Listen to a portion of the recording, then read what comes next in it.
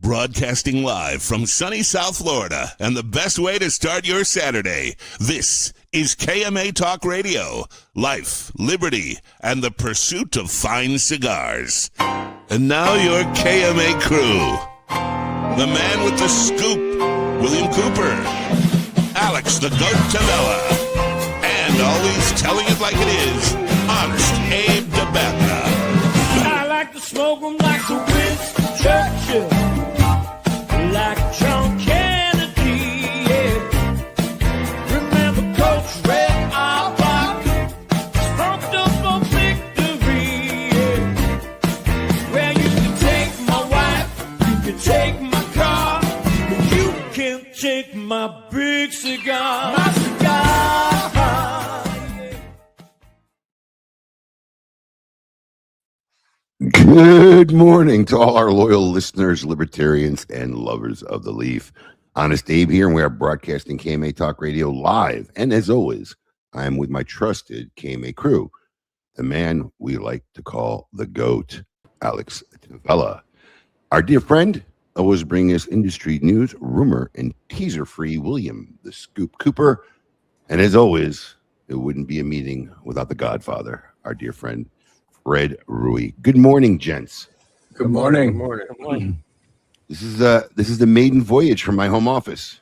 I was just going to ask about that. I'm like, okay, well, I didn't see like the last couple of weeks, so maybe I didn't notice. This is nice. Very nice. This is the maiden voyage. Got the equipment set up. Not perfected. Haven't figured it out. Got my little sound effect little gizmo here. I still haven't figured out. Lighting is not quite there yet. And no filtration system yet. It's on the way. So, but we're getting there, and I just thought I'd test it out this week, see how everything goes. So I Abe, love there it, was and a- I love that you're giving the impression that you read with the books in the background. I think that's great. You know, I think I'm going to tell you something, because I always wanted to have a library. You know, Yeah. it's just one of those things. I really didn't realize until I started really like getting. I have a lot of books. Like I really have books from high school still, but you know, I'm not throwing like shitty paperbacks on this shelf. So I actually right. I got leather-bound books, and it wasn't until I really started doing that I realized, fuck, I've read a lot of books. I was kind of a nerd. I didn't even like realize it. I mean, I didn't realize really how many books I've read. I mean, as an adult in my 30s and mid 30s, it was a lot more audiobooks, 30s, 40s, like when they started, when Audible basically came out, it became a lot more audiobooks while driving. But even up until then, I've read like, there's only probably 10% of these books I haven't read. And there's a lot. I mean, you can see there's a lot of books, which I'm kind of looking forward to, but I didn't really realize how many books I've actually read because I never really considered myself a hardcore reader. I got a daughter. Right. I got a daughter who reads like a book a week, a book every couple of weeks. In the summertime, maybe even 2 books a week. Never thought of myself like that, but yeah, I was a little bit of a nerd, I guess. Hey, I was out last week. Did I hear that you are not going to be able to smoke in this office at all, or is it just temporary? Well, temporary. Yeah, I mean, part of the thing was I was going to be allowed to smoke for KMA in here, so right. I got a little system in here. It hasn't come in yet. I haven't gotten up yet, so okay. I don't know if it's going to be a full-time smoking office, which I don't really mind. I got a lot of memorabilia and a lot of crap in here. I'm not sure if I really want to smoke in here all the time, but I think a cigar or 2 every Saturday afternoon won't be too detrimental. Given if you get some of the ones that are out there will work fine in a space like that. I actually tested the Rabbit Air one up in my office. It's kind of the same deal. I don't smoke in there regularly, but when I do need to smoke in there, it works, and it will do it well. So, that's the expert I'm getting. I'm getting a new A3 put in. They're great, Abe. It's not a big room. Yeah, it will work. The doors have seals under. I mean, those things that keep the gap underneath the door. It kind of makes it hard to open close. I got a window. You don't have a window. That's your problem. I got nada. I had the non-smokers. Nowhere. Yeah, if you need the Rabbit Air. There's nowhere for that smoke to go for you guys. Nowhere. Are you on an outside wall? Are you on an outside wall? This wall goes to the garage. The wall behind me goes to the garage. Nope, that goes into a hallway. No, yeah, just this wall behind me goes to the garage. Might be able here's the thing. I tested the Rabbit Air too, and it works for one person. I have a small home office that I'll smoke in and do that. I can seal the door. I do have a window, which helps, but then I can exhaust some air out of there. But I was going to go through the other wall and just get some air out someplace else. I think the Rabbit is awesome. Is like the next morning, it smells great. That's what I was going to say. The key to Rabbit Air is leave it on after you're done. Overnight, yes. Then the non-smokers, though, will still say that they can smell it in the house. So mine didn't. Mine didn't. That was what spread, but it was the next morning. Yeah, you'll wait till the next morning for that. Yeah, and use the Osium feature on it too. Turn that on. Yeah, but I found it works incredibly well. Yeah. I see. The prop mic did work. See? Yeah. It's a plant. Somebody planted it. No, Alex said it didn't make a difference. It sounded the same. Until I hear from John McTavish, there's no vote on the mic. That guy knows audio like anyway. The sound surgeon. Oh. What else is going on? Anything new, guys? Fathers? We're all fathers in this room, man. Anything going on this weekend? No. And a happy Father's Day to all our fans out there watching the show. Yeah, tomorrow some of the kids are coming in, which is good. So very excited. 3 of the 4 will be here. I have no idea what they're doing. They got something planned for me Sunday, which I'm totally cool with. But I came across a funny clip. I might have sent it. You sent it to me. Did I send it to you? Yeah, it's like the 40th holiday or something like that. Yeah, 20th. I don't know how factual that is. I mean, I literally sent it like half an hour ago, but it was fucking hilarious. It was talking about how like Mother's Day is the number 2 celebrated holiday. Yeah. Right below Christmas. So you have like Jesus. Jesus. and Mother's Day, and then like number 12 is like Arbor Day, which Right. is still way ahead of Father's Day. Father's Day's at 28, and he's like, I don't even know 18 other holidays. What is Yeah, which was fair. Father's Day? Yeah. Funny. Yeah. How all Yeah, the that kids was coming pretty in soup? Except one, my son Peter, who's the air traffic controller in Ohio. He couldn't get off. Busy flight time, I'm going to guess, for sure. Yeah, well, he actually does radar, but yeah, it is busy. As summer season is just very busy. Really talking with him, that's a very stressful job he's got. Oh, it's one of the most stressful jobs. Are you kidding me? It's hitting him hard. I can tell you that. It's tough. It's definitely, he's feeling it. Yeah. I can't imagine. Yeah. Well, we have a very special guest today. First time on KMA Talk Radio. I'm actually kind of surprised. Really? I'm saying the same thing. I would not have guessed I that. don't guess it either. Yeah. I would not have guessed it after all these years. First time on KMA Talk Radio. Wow. We're gonna run a Meet Your Maker, Alex. Might as well. Meet Your Maker? Yeah, we can run a Meet Your Maker. Yeah, you looked occupied. That's why I thought I'd prep you in. No. But we have a special guest. We don't have him all the time, but every now and then, and being that he's never been on KMA Talk Radio, I thought it would be a great opportunity. I was with him at the F1 races when we went down there and really got to talk. And really, it's funny. It's funny in this industry, and maybe Fred, you could attest this too, is how you can know someone for a very, very long time, but for whatever reasons, your paths never really crossed long enough to sit down and actually have a conversation, True. Oh, yeah. I mean, I'm 30 plus years in this business and it's still happening, right? I mean, it's like, you just don't, for whatever reason, your paths don't cross, and you don't get to sit down and really, just get to know one another. So that actually I was fortunate enough for that to happen, and invited him on, and it's time to meet your maker.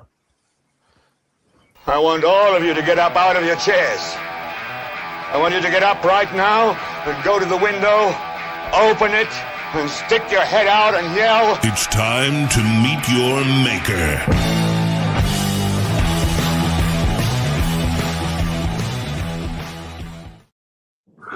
Welcome this week, Sean Williams, Cohiba Cigars. Sean, we got a great shot of your knees. Yes. Beautiful. He's a tall man. He is a tall guy, man. That's just the way it is. I think he's not hearing us. Yeah, we have a special guest. We don't have more. You're on. Guys, We can There you hear go. you. I can't hear anything. Oh, no. All right. We can hear him eat. Check and see if you're really. You can't hear us. That's it, right before he went live.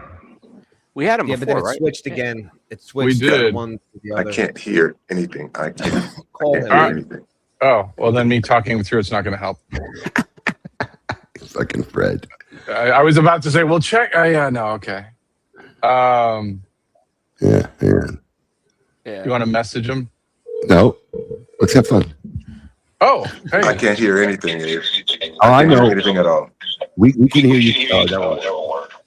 We can hear him. He just can't hear us. There you go. You hear me? Yeah, I'm talking to you on the phone. I can't hear you. Okay, we're gonna do it this way. No. No, we're not. He should see at the very bottom of his screen, he should see the microphone, open that up, and then he should see the select of the two right there. Yeah, I obviously you guys can hear me, but I can't hear you, and I have no idea why. I even switched Hey, just tell him to come out and devices. come back in. I have no Yeah, idea come why. down and come back in is what I would do. Okay, all right. See, this is the kind of excitement, folks, you get by watching this live. Because in the edited stuff, this doesn't come out. This is real time live. Well, what does he got to do to reboot his computer? What the heck's going on here? Let's help him. I was like, I don't know. Sean's out there wailing on his computer for not cooperating. What's going on? The old VCR banging on the top a couple times. Right.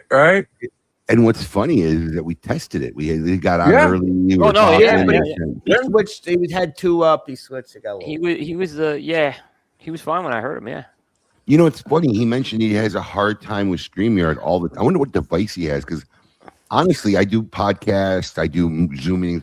I find StreamYard to be the easiest thing to get into. See, I have more trouble with StreamYard than Zoom, but You it's know, not I don't terribly think hard. it's as easy, Abe, when you're doing it as a guest. Like, I just checked it on my phone. I always check to make sure I have the right link. And like this time, it was asking me to sign in through Google and fucking Yeah, I had that this time too. Yeah, I had this time. Shit they did. That's some new shit. Yeah, I know. I was like, what is this? Why? Yeah, new shit. I mean, the advantage is it doesn't actually, it needs permissions. It doesn't ask for drivers like some of the other stuff. Like, oh, download this driver to access whatever. Right, I mean, right, StreamYard's better as far as that's concerned. But yeah. Like every single one of these microphones and shit, they're cameras. They're all full of bloat software you got to download. At least it doesn't do that. But it's a pain in the ass. Thanks, Microsoft. Although I have a Mac, so I don't worry about that.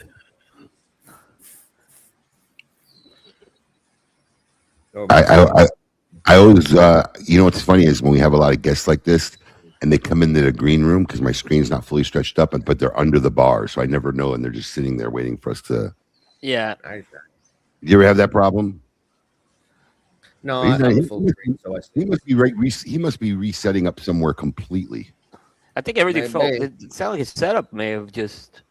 I don't know. He moved to a place that had better lighting. I mean, I thought it was a score. We thought it was a score. Are you guys watching World Cup at all? I'm just filling yeah. time here. I'm just filling time.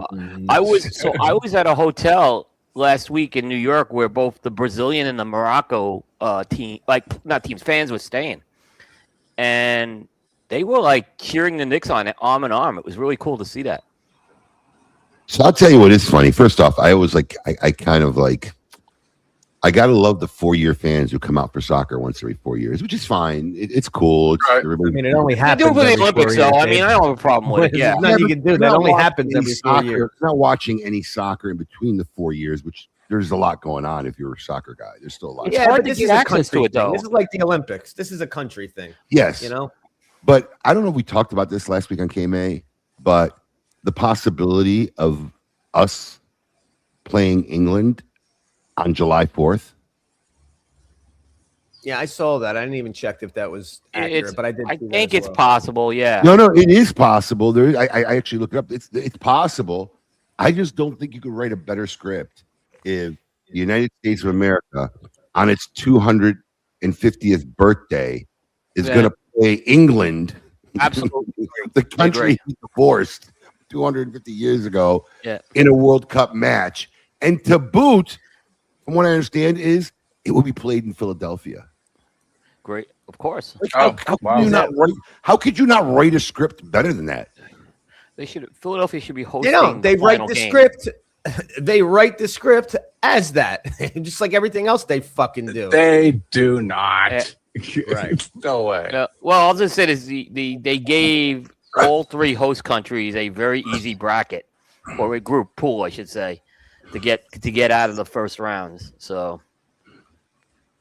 You know, it's funny. I don't understand how that works. So there's 3 host countries that are hosting the World Cup. Yeah, this is only the second time this has happened, and there's gonna be 5 or 6, I think, in 2034. Is it always been that way? Because that was always happened in one country, like Mexico. Well, they did it in 2002 with Korea and Japan. It's just because they're small countries and the amount of stadiums. Now it's a cost issue, I think, more than anything. It's just, and so they basically, one country shares it now with others. There's going to be, like I said, multiple countries are hosting it in 2030. Abe, you need to go back on Netflix and go watch the FIFA documentary. And when you see how fucking corrupt the whole entire system is, I mean, these guys hold more power than politicians because small country politicians will do anything to have the.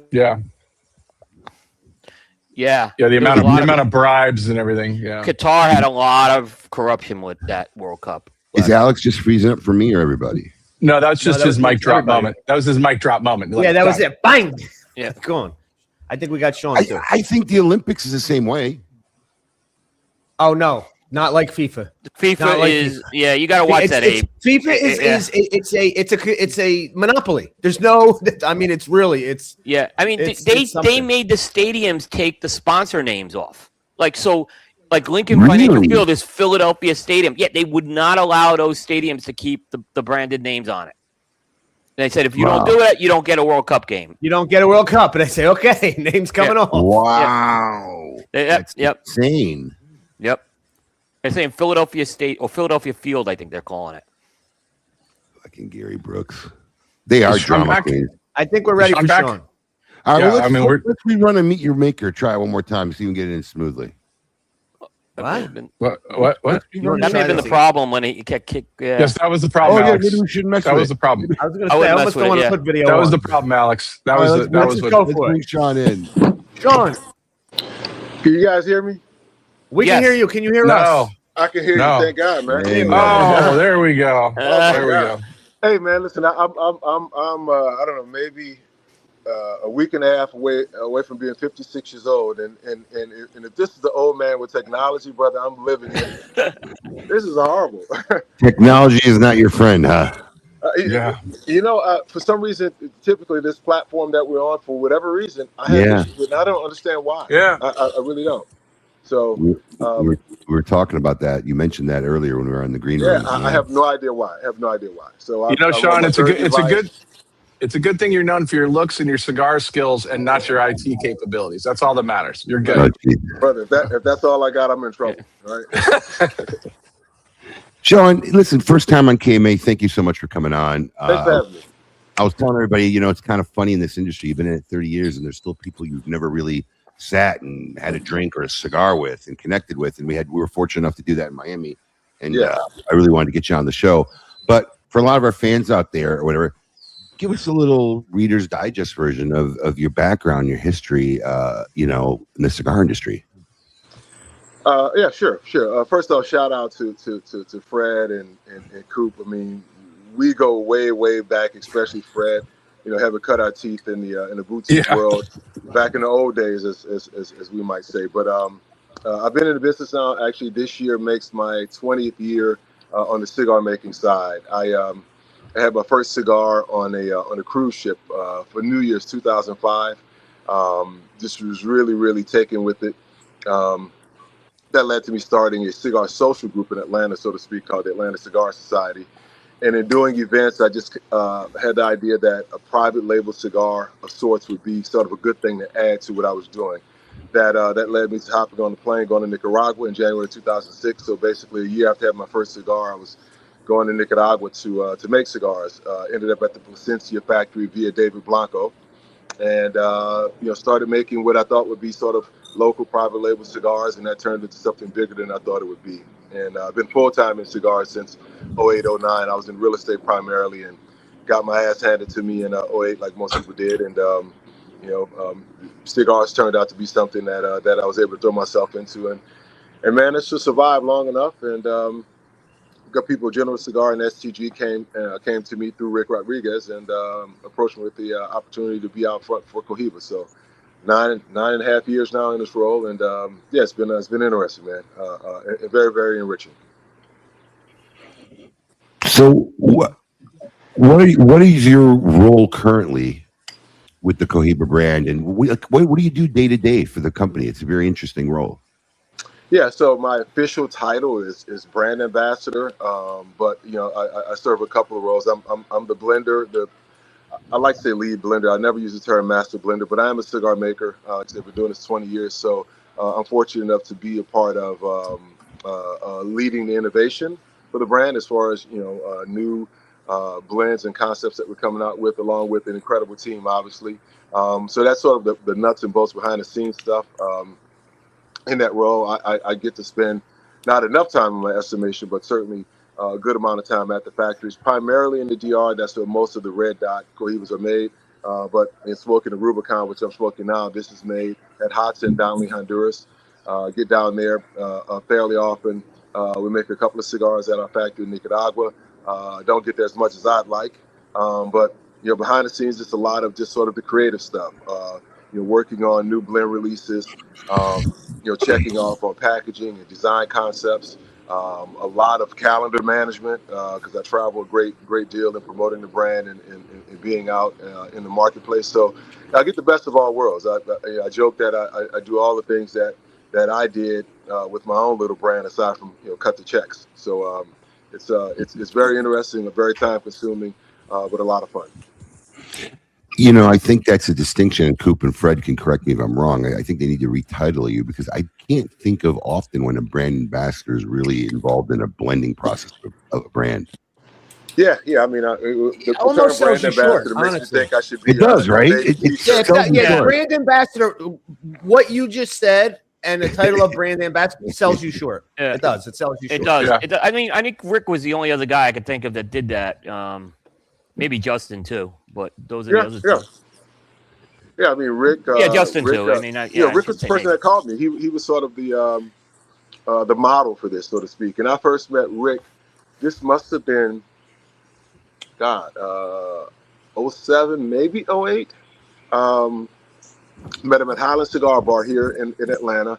I walked in. There were an account of mine, so I walk in, just doing like a service call for my brand. And there's this table set up.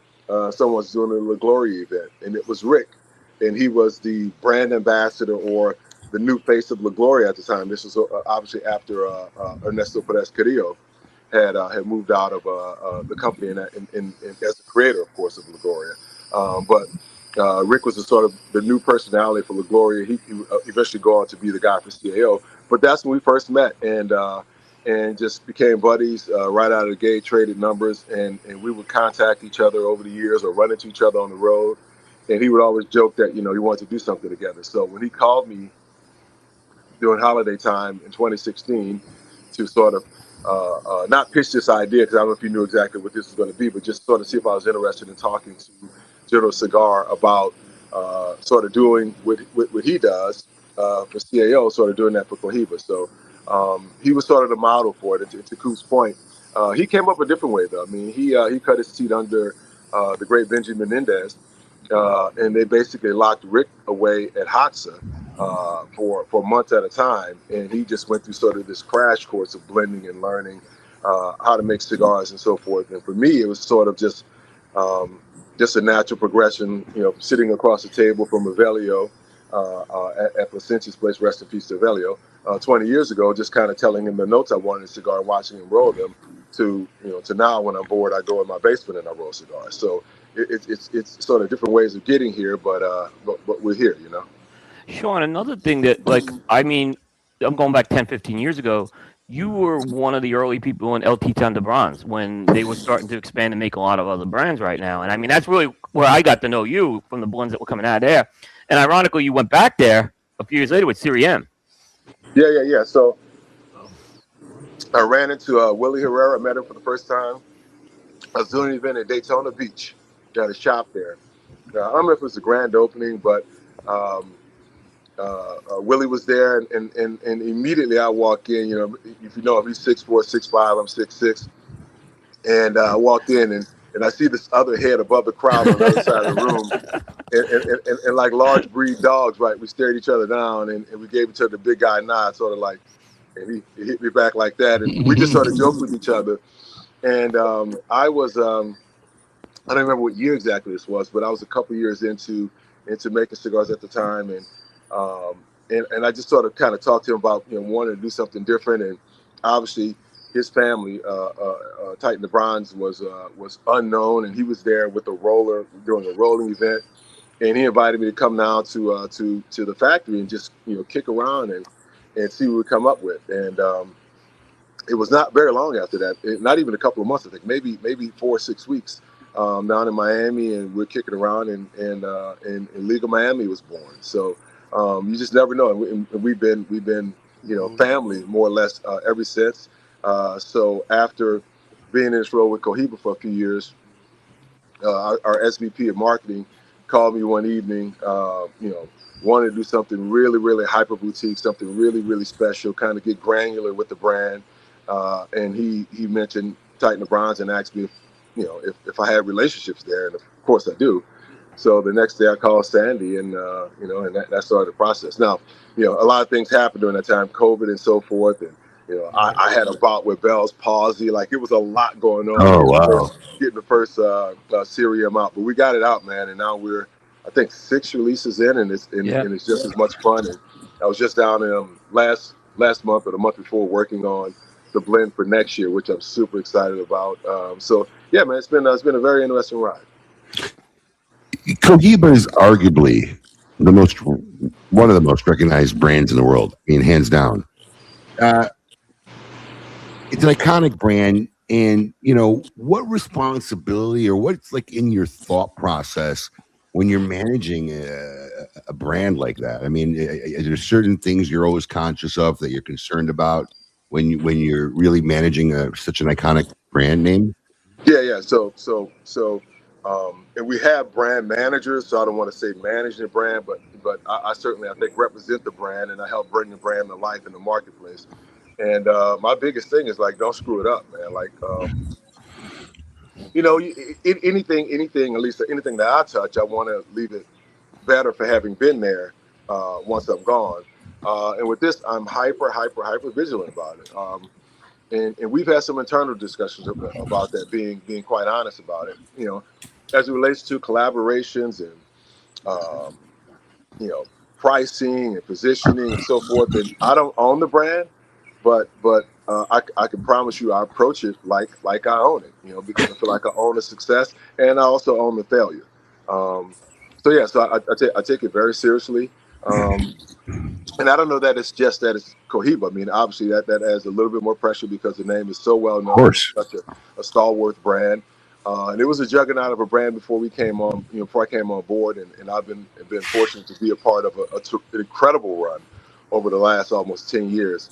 But were it not that, I mean, if this is the largest premium cigar company in the world as far as STG. They've entrusted me to sort of be the public-facing figure for, as you state, one of arguably one of the most iconic brands in the game. So I take it seriously, man. I mean, I try to comport myself a certain way, and I approach the projects with a certain degree of seriousness.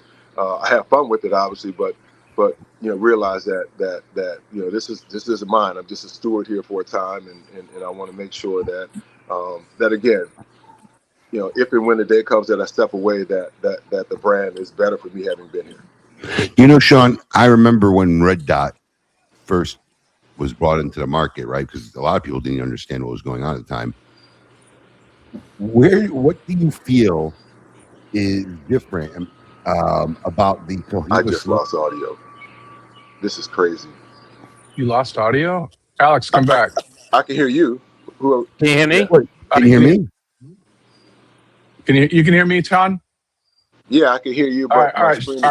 So Sean, let me ask you a question. So I like that you talked about all the behind the scenes, because everybody sees someone like you in a cigar life and they're like, oh man, it's all just parties and it's all, and they don't see that there's the grind all day long, every day, going through it. But I do want to ask you one thing about the parties, because you get, because of this, and it's a benefit you deserve of going to some friggin' amazing events around the world. And I mean, I can rattle off a ton of them, but I'm curious, what event, you've done so many of them now, what event just blew you away that you went there and you're like, because everything's over the top, right? You're going to just major events around the world. What event just blew you away that you walked into that you're just like, wow, this is over the top? That's a good question, man. Wow. Wrong one. Well, so with the caveat, of course, in the USA and its territories, it's the Red Dot Cohiba. Internationally, it's Silencio. So, right. So, I mean, it's been some. It's hard to beat doing an event atop one of the tallest buildings in Greece, overlooking the Acropolis. Right, like that's hard. Right. In the U.S., though, man, it may be. Sundance is up there. Sundance is amazing. Yeah. Just the people you get to meeting, and talking to Gerard Butler. Yeah. Nights, right? Yeah, that's amazing. Having a laugh with Walt Goggins, or sitting at a table with Zach Galifianakis, right? Like we did the party for the Go-Go's documentary, right? Right. So there with Belinda Carlisle and the whole crew. We did the party for a movie that Gerard Butler produced called Those That Will Follow, or Them That Will Follow. Right. So that's how I got to meet. So those are hard to beat. Also doing Cedric the Entertainer's charity golf event, which is unlike anything in the world. I mean, I'm literally there hanging out with people from Chuck Liddell to Sugar Ray Leonard to Dr. J to Marcus Allen to Alex English to Norm Nixon to D.L. Hughley to it's just that was probably in the back of your mind though, like you're so you're like looking at these people going, man, this is awesome, I'm doing this, but also in the back of your mind you're like, I'm here because of Cohiba or Tlencino, and I'm like, so I got to stay on this side of the fence. Like this isn't, I'm just doing shots nonstop with Zach or something like that. You got to still be that guy. Point, Fred. That's a good point. When it's all said and done, I make sure to remind myself I'm the help. Right. When I'm there, I'm there to support whatever event is going on. Right. So. Right. There are some instances where there's been a few celebrities athletes that, for whatever that's worth, right, that I've sort of kept a cool relationship with. But again, right, ultimately, when I'm there, I'm supporting the event. I enjoy the back and forth. I'm grateful to be in some of the positions and some of the rooms that I'm in. But it's never lost on me that I am the help. Right. I've known you. So let me ask you another thing. We joke about this every time I see you because at some point 3 times a year they lose your luggage and you're getting Nordstrom's to open up at 6 a.m. because they got to find something that fits for you. Has there been an event because that's happening. It's more like you're shopping at a small village in Padova, Italy. Right. Well, I had that one. All size clothes that I had that one. I had that one. A cruise line lost my entire luggage, and so the first stop was Croatia. And I'm like, cool. I'm getting new clothes on American Express, and I walk in. I'm like, hey, I need some extra large, whatever. And they're like, yeah, we don't have that. So So is there an event?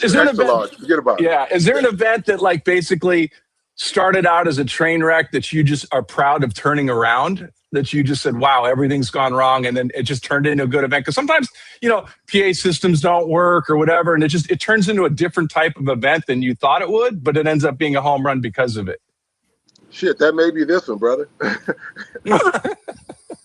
I'm on my third device in a different part of the house trying to get a signal. Yeah. That's a good question. Let me think about that, man. I don't know that I've had any horrifying experiences that just started out from a technical standpoint, not to come together and ended up as something. I could say that about the 2 trips I've gone to, not the 2 trips, but 2 of the trips when I've gone to Europe. It's always the thing. If you're showing up in Europe, you're going to be there for 2.5 weeks, and your luggage doesn't arrive with you. Right. That's always a harrowing experience, but they always seem to turn out okay. Certainly. The people that I'm there doing the event with and for understand, so we make light of it. It usually ends up being a point of levity that we laugh about, so it works out. Listen, as long as you're there, right? You can figure it out. So I'm just grateful to be there, man. Sean, a question I always like to, or I even think about as a guy who's a branding marketing guy, right? Are you guys there? You have this legacy. Can you hear me, Sean? Yeah.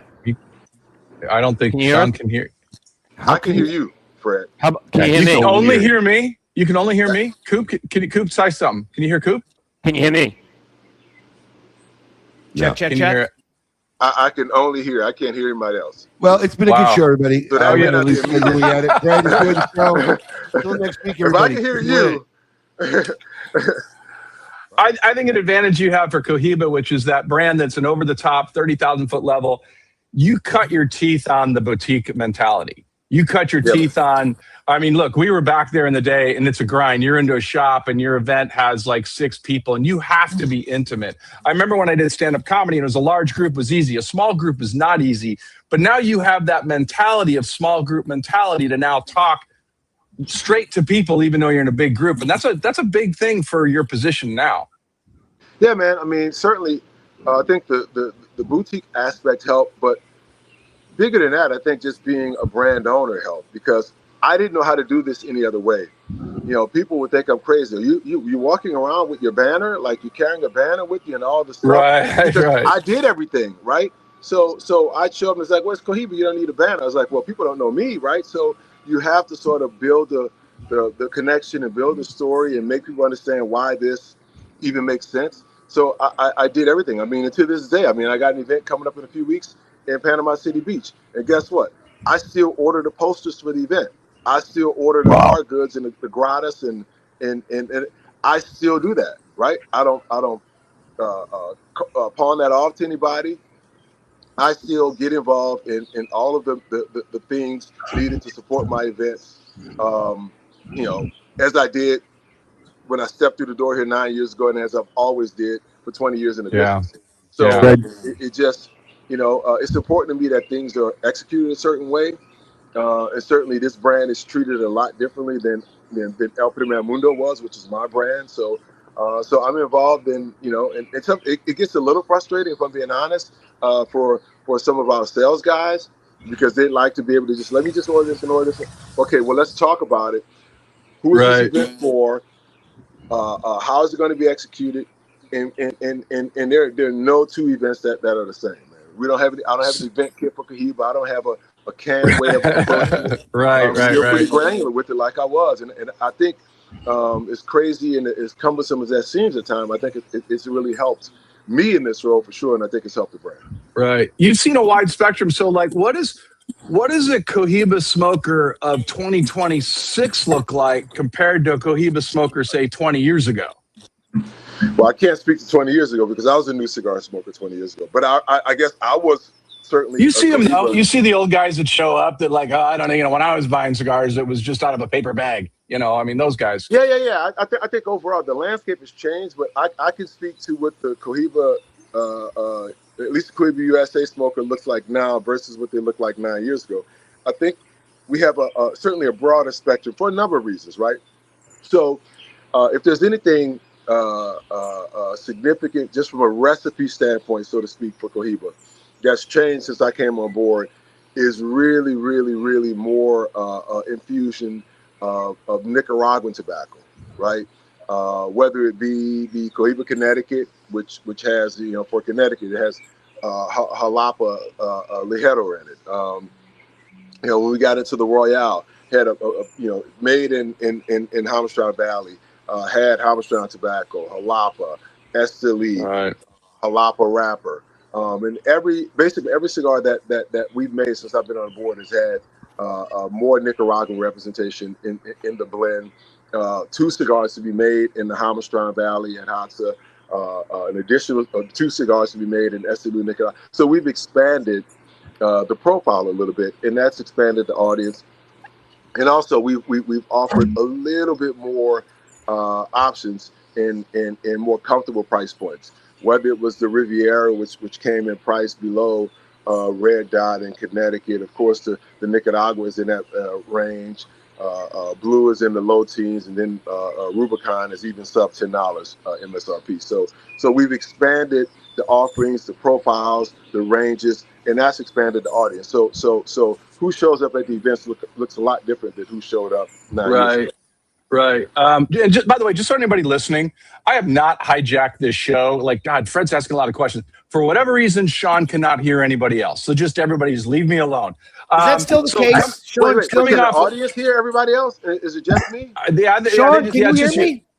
He really can't hear anybody. Possible? What about me? We don't know. We don't know. Weird, bro. So weird. Fred, you're doing an incredible job. Keep going. So let me. All right. Wait, So I'm enjoying watching the show for the first time. Just Fred, this is why I need to say something. This is why Fred was pissed. Whatever you said, I as can't the hear Great it. Smoke Like host in case her clock shit the bed. Dropping some words, man. Yeah. So let me ask, coming off what you just said, how do you, and I know you know 30 years ago you went smoking, but how do you preserve the heritage of a legacy brand like Cohiba and keep it fresh and relevant for new cigar smokers? Because it's a different world. 20 years ago it was one box, one size. The guy bought it. He didn't hang out lounge. He wasn't posting in social media or anything like that. So how do you maintain the heritage and yet know that, talk to people even at Cohiba themselves, corporate, and go, hey man, it's a different world now. Well, you know, fortunately, as far as corporate, I mean, corporate is, if you say corporate, you know, that could be Copenhagen, Denmark, where STG is based. Right. Or it can be Richmond, where GCC is based, General Cigar. And if we say sort of the first tier being Richmond, the guys there are active in the market. Fortunately, pick whatever brand you're talking, Macanudo, Punch, Cohiba. They're cigar smokers, right? So they're active in the market, and the brand team individually, they get out a lot into the marketplace. So they experience what we experience. So it's you don't have to necessarily force their finger onto the pulse. They have a pretty good idea because again, they're in South same as we are. But the big thing is like you want to expand the audience. You want to stay true to the brand, right? And as long as I feel good that we're putting together quality products, presentation is there. Those are the only things that you really have to worry about. There's a lot of things that we don't do as far as certain events, certain advertisements, and so forth. And stay true to sort of that core lane, and you build out a good product at a good price. You present it in a certain way. You find the right partners, such as Abe and the crew at Smoke In and so forth. People will find you, right? So it's just trying to stay true, man, to the ethos of the brand, and also me as an individual. I think that's important, and I think the right people appreciate the commitment to that, right? So what do you? So let's say you're doing an event in the United States, and someone's coming up and they haven't smoked Cohiba. They're a boutique guy, or they're on something else. Is there like a go-to? I mean, obviously you got to go look. Do you like mild, medium, full, stuff like that? Is there a go-to cigar that you're going to put in their hand, and why? Why would you pick that cigar? Well, I mean, I'm going to ask them, what do you like to smoke? And it's not about getting into the weeds of what brands profile. Right. What do you like to smoke? And most times we have something that speaks to that. And I won't name other brands, but I just kind of find out where they are. Are they more Nicaraguan centric? Are they more Dominican centric? Right. Are they more full body? Are they spicy? And maybe there was a time where we didn't have a range to sort of, that most people can go to and find something that we like. But I feel pretty confident that we do now. So I just ask the questions, kind of find out where they are, and based on that, make a suggestion. There's never, any sort of right. There's no approach. Yeah. Right. Now, if right. somebody's a newbie and they're just getting into it. I mean, the Connecticut is always my go-to. If like, hey, I'm new to this. I haven't tried a Cohiba. I'm new to cigar smoking. Blah blah blah. I pretty much always start at the Connecticut, and I think that can hit a lot of notes. I know we're running out of time, but I got to ask you one more question. No, what's on your goal list in the next 5 to 10 years? I mean, you've been doing this a while now, and I know you're a motivated guy. You're always looking to the future. You're always looking. So what's on your goal list that you can share? And by the way, it doesn't have to be cigar related. You can go, look, I just want to raft the Grand Canyon, or I want to skydive or something. Well, maybe not skydive. That'd be ridiculous. But I mean, what do you want? What does Sean want? What's something you did something super exciting lately that you just loved that had nothing to do with cigars? I spent 7 days bouncing around from sandbar to sandbar in the Maldives. That was pretty fucking amazing. Right? I mean, my thing now, man. My youngest daughter is going off to college August 14th, so going to be empty nesters. So now I'd like to balance more family and travel. It's hard for the significant other to join me on some of these terrific trips if you have a teenager at home. So we have a little bit more leeway in that regard. So I love how Abe and his lady, man, enjoy life together. Do life, as I used to say with El Primer Mundo. Again, coming up on 56, last kid going off to college. So just try to enjoy the opportunities that are presented to me as much as I can in this role with Cohiba, but also balance that out with the personal life as well, man. That's always the goal, right? Yeah. Well, hey, man, it's great having you on Not a Cigar Show. I'm sorry, KMA. Thanks for joining us, everybody. Where can everybody find you, by the way? Well, this is probably streaming on Facebook. Of course, you can go there for the old guys. But Instagram, Wow, obviously. Facebook is for the old guys. That's what kids tell me. He's That's right. what kids tell me. Like, no, they're not right. on Facebook. So Facebook, of course, and just my name, SEAN Williams. I don't know if you have to put any other descriptors on there, but you can find me there. Instagram is probably my most active platform. Sean Williams _cigar. And from there, I kind of, post a lot and copy to the other platforms. So that may be the easiest way to find me, or find me in your local cigar shop. Hopefully, they'll find me a Smoke In soon. How about that? Right. Well, we'll definitely get you back on the show when all the audio works, and the other guys can actually ask questions. But thanks for coming on the show, man. You know Safe what? Maybe travels. it was supposed to be this way. Again, we go back, man, to the Chattanooga tweet ups and the cigar but now I circus. can't have you on my show because I just asked you all the questions. We'll All do it good, anyway. all good. We'll do it Don't anyway. lie. Thank y'all for having me on the Don't lie. show. Hopefully, the audience didn't experience any of this They didn't. difficulties. No, Thank they you just guys. think Fred took over. I see the comments. They just think Fred's taking over the show, being a dick, not letting anybody else ask questions. Well, you are that, but that's the thing. Miss you guys. All right, Thank man. you so much, man. Thank you. Safe travel, Sean. Good seeing you. All right, guys. Take it easy. Well, that All was right, a welcome StreamYard. back to the show, everybody else. Thank you for coming. That was Well done, a StreamYard first. I've never seen that happen in my life. He How can can only you hear only me. hear one of else? us? So weird. Coop, That is crazy. Coop, you muted? Yeah, I muted while Fred was going. I was trying to see if anything would change back and forth. So weird.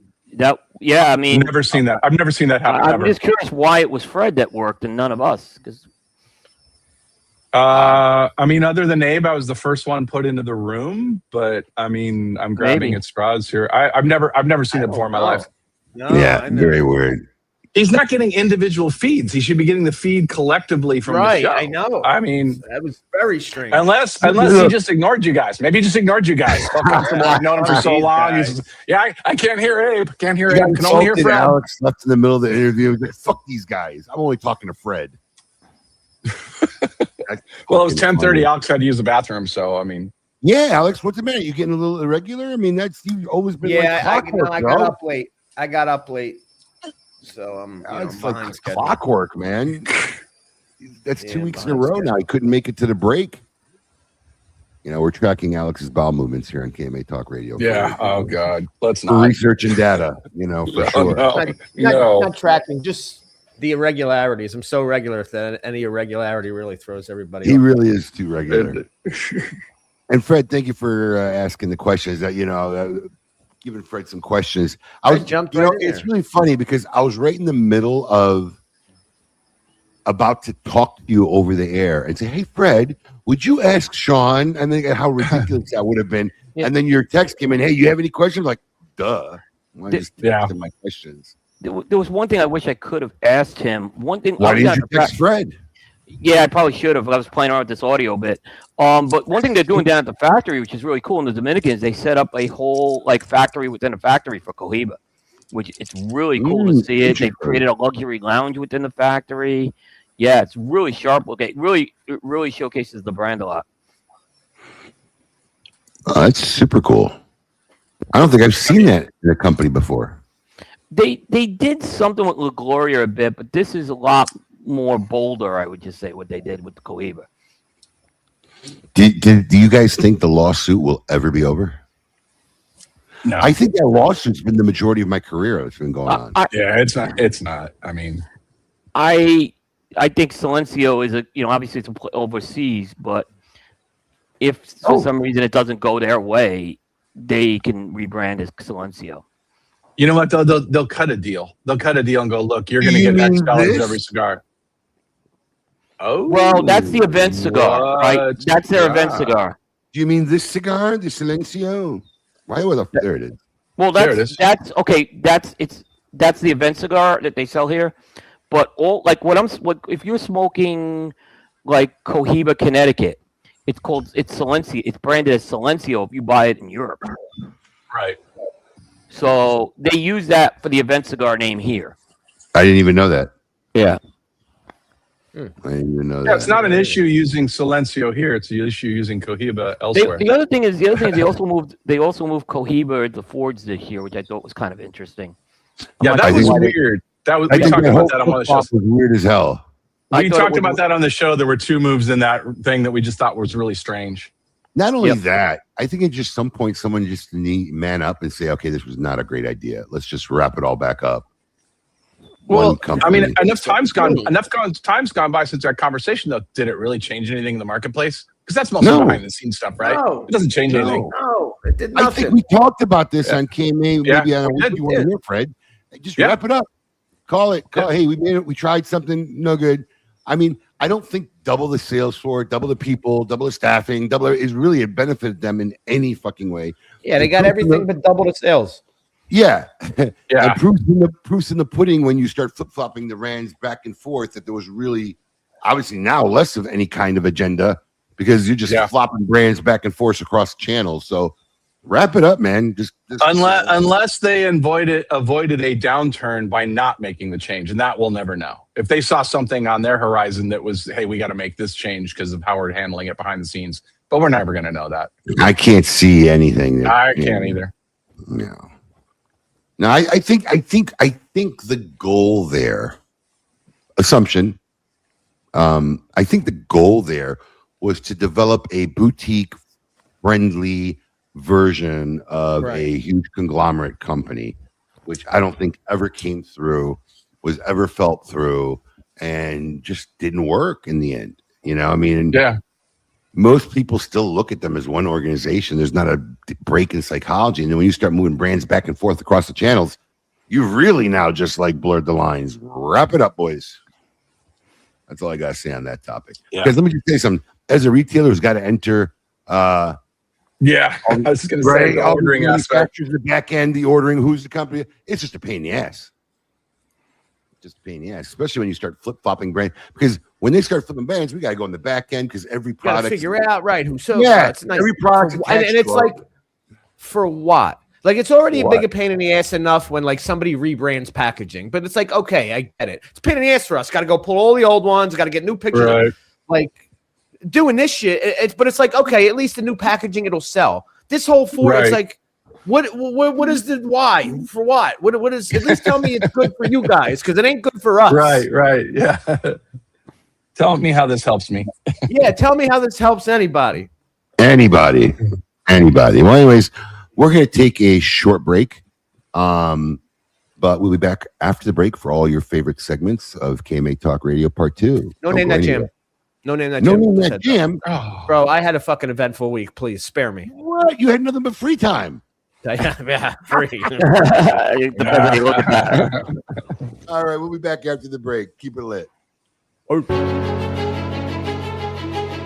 Imagine not choosing Monte Cristo. Imagine not choosing greatness. The difference between us and everyone else is in our DNA.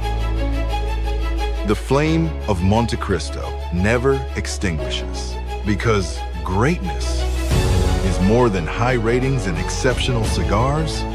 In greatness, there is history, development, and constant innovation. Choosing a Monte Cristo is not choosing the easy way. Choosing a Monte Cristo is deliberately choosing the best option. Since 1935, we have strived for excellence. Our brand is backed by thousands of pickers, bunchers, rollers, salespeople, and aficionados like you. Choosing Monte Cristo is more than simply choosing the best. It is joining a family that believes in greatness. It is knowing that Monte Cristo evolves with the times, but still maintains our values and storied traditions. Choosing a Monte Cristo is choosing not to settle for less than the best. Lighting a Monte Cristo is taking a trip down memory lane, yet enjoying the moment and getting excited about the future. Imagine not choosing Monte Cristo. Imagine not choosing greatness. Now our story continues. Without forgetting where we came from, we are creating the future, one blend at a time. Here's to the past, present, and future. Monte Cristo. Then, now, forever. Surgeon General warning: tobacco smoke increases the risk of lung cancer and heart disease, even in non-smokers.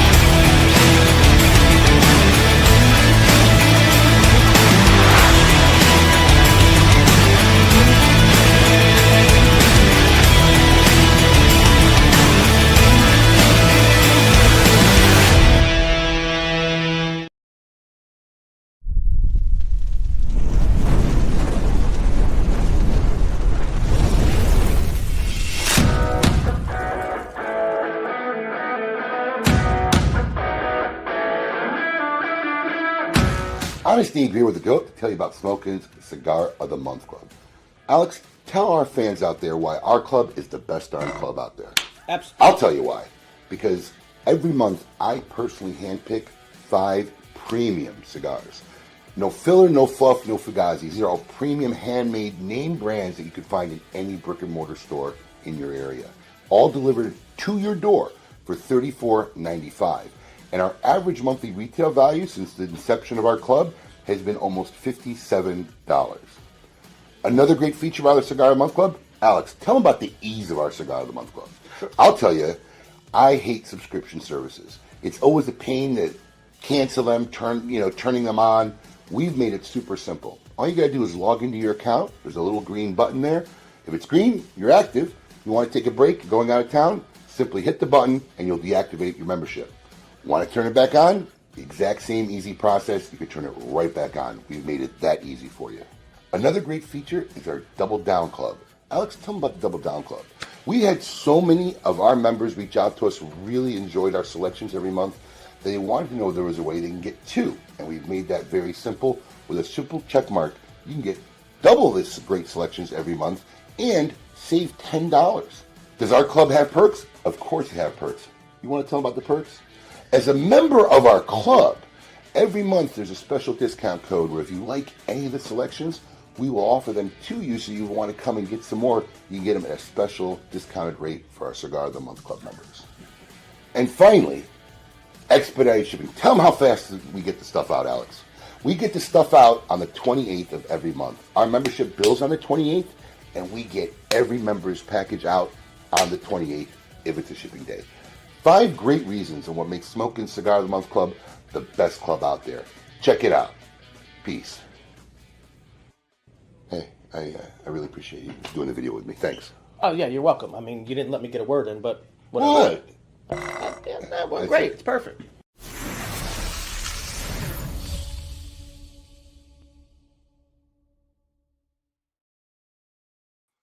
Welcome back to, oh God, no, it still doesn't work. God damn it.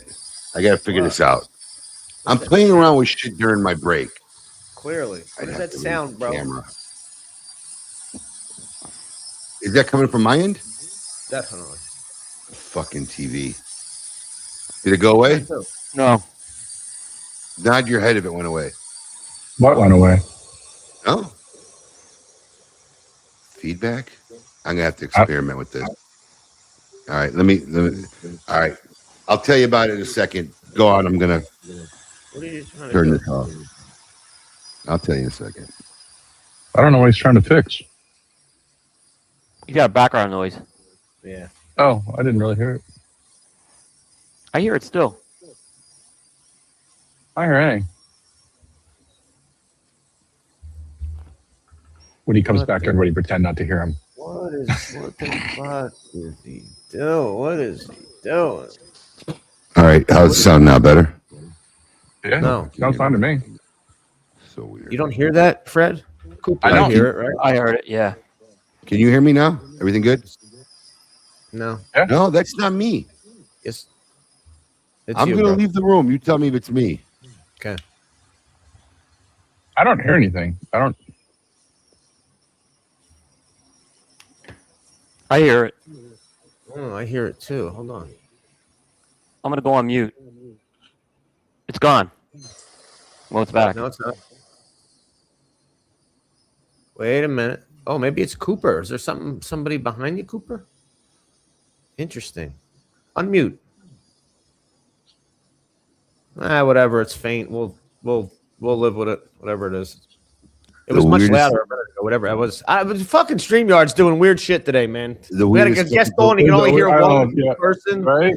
Weirdest technical show ever. Can you guys hear me? Yeah. Yeah. So I came up with an idea during our interview with Sean. I tried to implement it, but it's not having the effect I want. But I think I just got to tweak it. I think in another week I could have it. So what are you trying to do? I'll tell you, I hate the fact that I'm looking at a screen like this. My camera is here. So the whole interview, my audience sees me looking down the whole time. So I don't like that, right? Yeah. And I realized I got a 75-inch TV. It doesn't work. I have the same thing, Abe. It never even if you wire connected, it just never. It's always No, it worked. The only problem I had is the camera's too low for that angle. So when I came back, it looks like now I'm looking up during the fucking broadcast. How are you projecting to it? Wireless? Yeah, the Streamcast. Nightmare. No way. I'm telling you. It was just working. When we came back from the break, that's what I was doing. Right, it was working for 10 seconds. We got weird. I'm telling you, with they're tough connections. It'll work sometimes. Sometimes it just won't. Because I got the same thing. I'm gonna play with it, but the only problem is because the TV is higher on the wall, my camera's low here. I would have been like, I would have been like this all show. Hey everybody, how you doing? So I just got to raise this camera so it's in the center of my sight line of the TV, and then I think it would work. I think, I'm hearing that too. So weird. You two don't hear it? Coop hears it. Fred don't. I hear it. I've been on mute and still hear it though. Yeah. No. I don't and when I got out of the room, it was still there.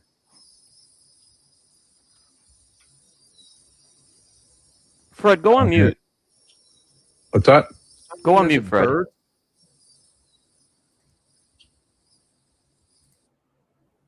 It's Fred. It's Fred's birds. No wonder you don't fucking hear it. Fred. Fucking.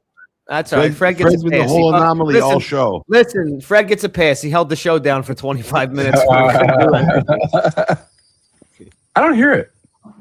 Of course you don't, because you're creating it. So you still hear it? What's funny is the reason why I took off the streamcasting is I thought that was causing it when I came back on, because I heard it too. I'm like, this must be having some kind of reverb or some shit. Let me go back to the way it was, but it was Freddie. It was probably my AC fan. Could be. Could have been. Do you hear it now? Do you hear it now? No.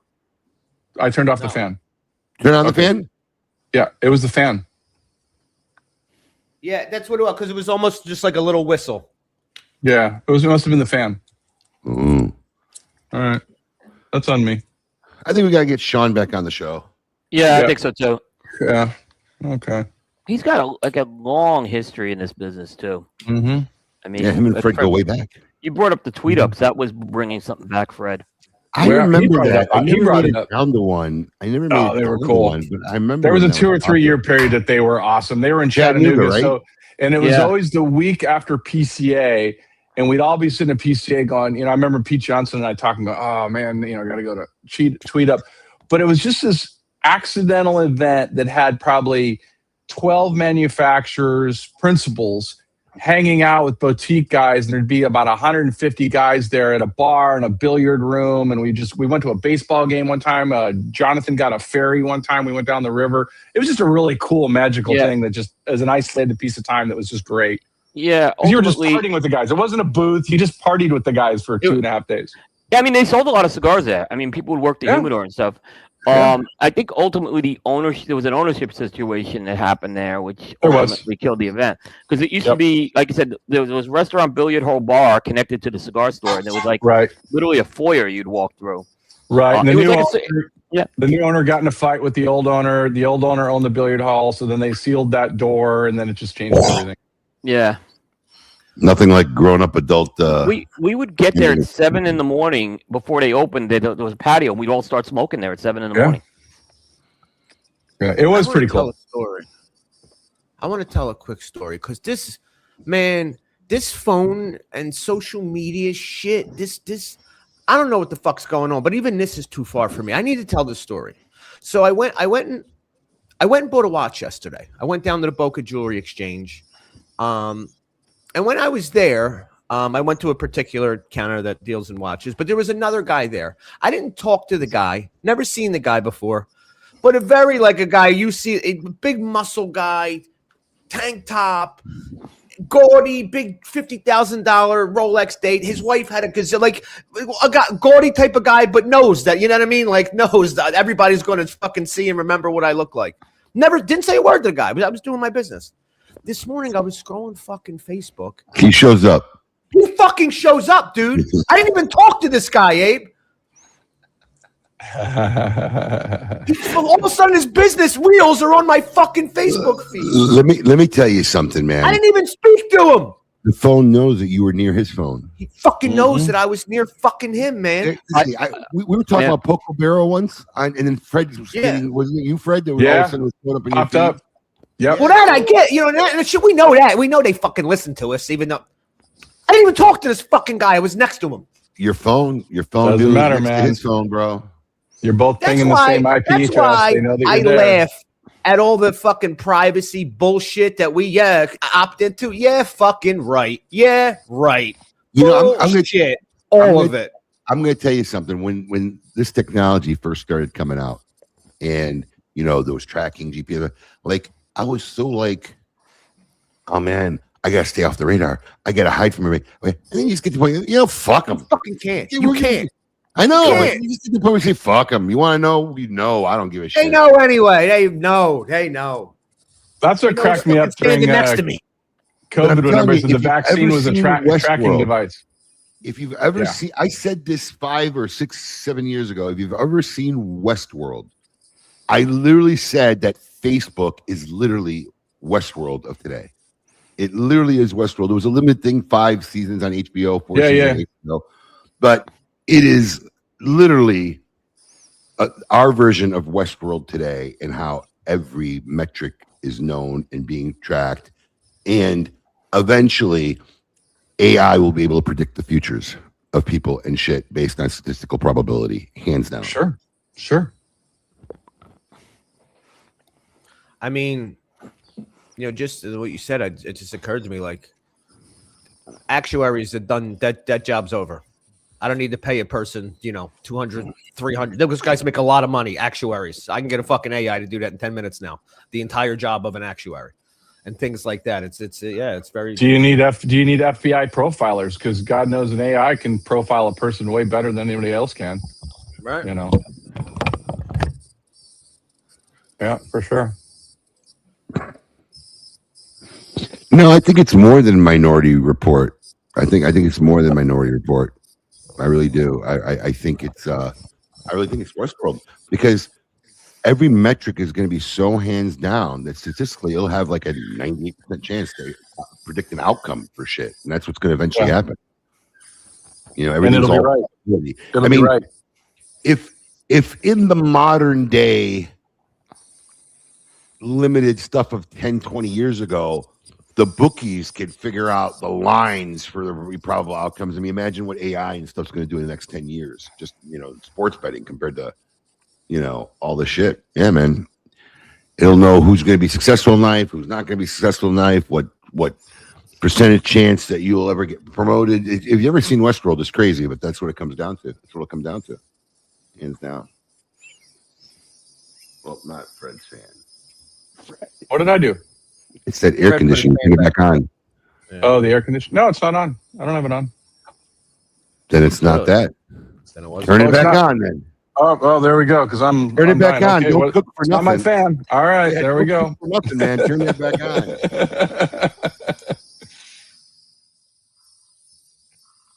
I can't hear it, but John's got to be having field day with the notes. I right gotta now. I was just going to say, thank God John's not on the show right now. He would have right. cardiac arrest. I got to have a question here, and it's to our fans at home. Is it just us three hearing it, or are you guys yeah, that's a hearing good whatever's point. coming? Are you guys hearing whatever's Yeah. coming? I from think Fred? John well, said he Gary heard just it. said that he knew it wasn't No, my John fan. 'cause heard he it. Now it's gone. Now it's gone. We're still hearing it. This is a total StreamYard fuckery. Oh, okay. Are there other Good times. options for Good times. platforms? No, StreamYard is pretty solid. Especially for all the fly-ins that you do and bring things in. StreamYard's really nice for that. It really is, but it's been funky dory lately, and I don't like their whole new login fucking shit too. Yeah. I don't know. I don't know. I just work here. You just work here. And I'm not even paid. So yeah, no, I don't. I'm not even know what I'm doing. So Fred, while we got Yes, you sir. on, how's life in cigar media been for you in the last year? How is working at Cigar Press? I'm just curious. I love it. I mean, I didn't know how to find my place in it. Media is a different world, and Coop can attest to that differently. The manufacturing, we understand all the rules, what you're doing. Media is very different. You know, what do you cover? I get mad for covering something. I get mad for not covering something, you know, or I get people mad at, for that. But just being able to just chill at events and have fun and talk about different things and publish different things, I've had a lot of fun with it. I really have. And it's really grown in the last couple of years, which has been fun. Finding my voice in it as far as what, just being me, which I've always tried to be, but what does that look like in media? That was kind of a challenge. But it's been a lot of fun. I've really enjoyed it, Is there anything about it that you didn't expect at all? Was a little surprised by? I'd seen enough of it to really know. I think that what I was surprised by is that, media has trouble with access to manufacturers in a lot of cases on certain things. And I think I got lucky since I was already in that circle that they didn't ban me. They just said, well, Fred's cool. He probably won't say anything he's not supposed to. So I kind of got a little bit of a leg up on that, which was kind of nice. But I guess what surprised me, it's a shitload more work when you start talking about a convention or something than I thought it would be. I will never get to enough booths. I will never find enough of the stories. It took me 15 years to figure that out, Fred. Yeah, to not do that anymore. But the difference is, you were younger when you started it. I'm older. Now I can just go, you know what? I don't care. Yeah. I'm going to do what I can do on my terms, and I'm just going to have to be okay with it. But you know what? We thought putting a bigger team would be the answer, and it wasn't because it created so much post work that didn't work either. And we just found that we were looking at numbers and whether the numbers worked and didn't. And we just cut it back this year. We went from 90 booths to 37 this year. Wow. That's a big We shot a lot more video this year, though, at the 37. But, yeah, we cut it back. We just couldn't do it anymore. You can't Let me do ask you a everything. question, Coop. How many of those make it to print? Would you say? What do you mean make it to print? Like if you went to 90 booths, do you get back and say, maybe, how do you cover all 90? Was there ever? Yeah, we covered all 90, but what we discovered is like 45 of them weren't getting the numbers, and we weren't getting enough shares from people, and we just said we have to focus it on where people are interested in. I mean, God bless the Half Wheel guys. They do 100 booths. I don't know how they do it, but we just didn't see the same ROI back on it. Yeah. I mean, I don't know. I got a guy mad at me this week because I won't put their press release out, and I'm like, look, it's not our model. We don't put out every press release. And he's pushing hard, and he's just like, well, okay, this isn't a press release. This is news, and I'll test you on this news. And I'm like, dude, the way if you want to get it with Cigar Press, if we're not covering your store, because we typically don't saturate with press releases, we'll do something interesting or one of our partners. I said, do a cigar review. I said, send us some cigars. We'll review them, and at least that'll get you up on there. We'll have a cigar review it. And he comes back and says, look, we're not about giving out freebies.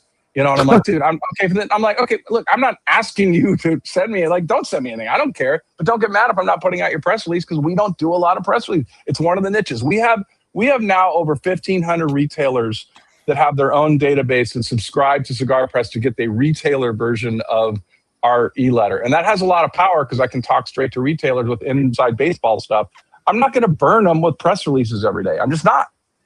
We don't publish every press release, and one thing that people don't understand is, as media, there's freedom of the press, and freedom of press also, when we say we're not being fair, freedom of press also gives us the right to turn down something if it's not within our guidelines. We try to be fair. If it's within the guidelines, we're totally fair, but we have to have guidelines. Otherwise, we get asked every ridiculous request in the world to print the press release for. Just because it's news to you doesn't mean it's news to me. Yeah. I mean, and look, I know I pass on a lot of good news stories that I put out there, but I also know what my niche is. And my niche is when you read something from us, 90% of whatever you read on a weekly update is going to be stuff that we generated, we created, our reviews, our articles, things like that. And occasionally there'll be a press release or some news story.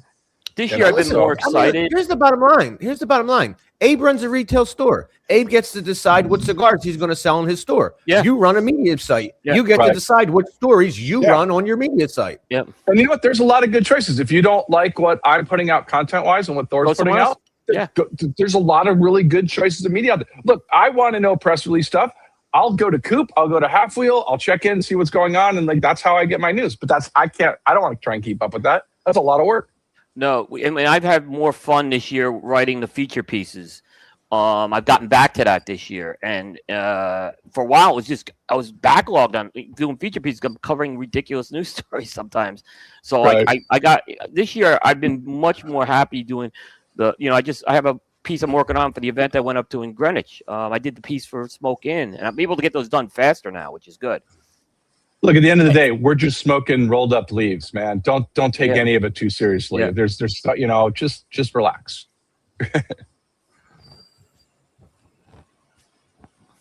It's funny.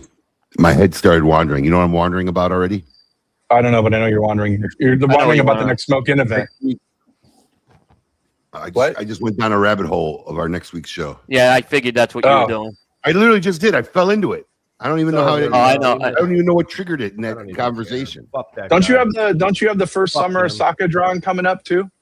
Oh yeah, right next or the week after, yeah. Last 10. I got to post a picture of that watch. I'm not a white watch guy. That's a sexy watch. Yeah. Though. With the blue hints on the background of the face and the arm. Very nice. The blue highlights. Yeah, it's a sexy watch. Hey, I went out and bought a bunch of Osaka stuff so I can play. Like I get to play too. I've been real impressed with the product. I mean, I'm not surprised that you're able to get some of the products you're procuring, but there's some pretty. If people are looking for some rare Saka stuff, you got it.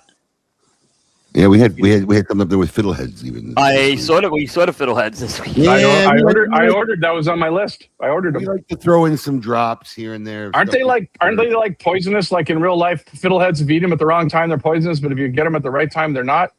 No clue. I think so. I may have just made that up too in my head. I don't know. I don't really know. I believe now we've sent out 2 humidors. So, what we did this year, and we didn't make this public because it only affected anybody who was a Black Card member from last year, right? If you earned your Black Card last year, who needs another personalized Black Card, right? It's pointless. So anybody who was an already an executive member, if they tripled again this year, they got a custom-made executive member Dunbar humidor. Cool.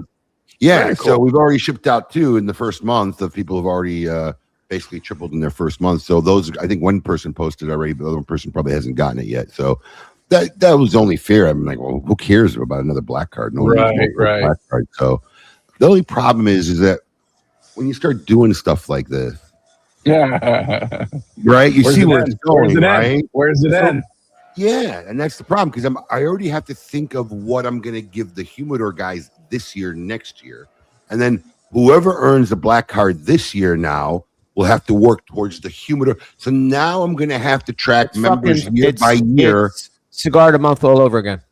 It's literally. Well, there's not that many though, right? There's not that many Black Cards guys, are there? We did 3. We did 1, 2, 3, and then we started 5. Yeah, 5. 2 more. Right. We're done. All right. 4. This is now endless perpetuity of shit. I got to continually. All right. So next year, you heard it here first. Next year, it is a Sasquatch Dotson honeybee. It's It's really a process, man. It's really a process. Yeah.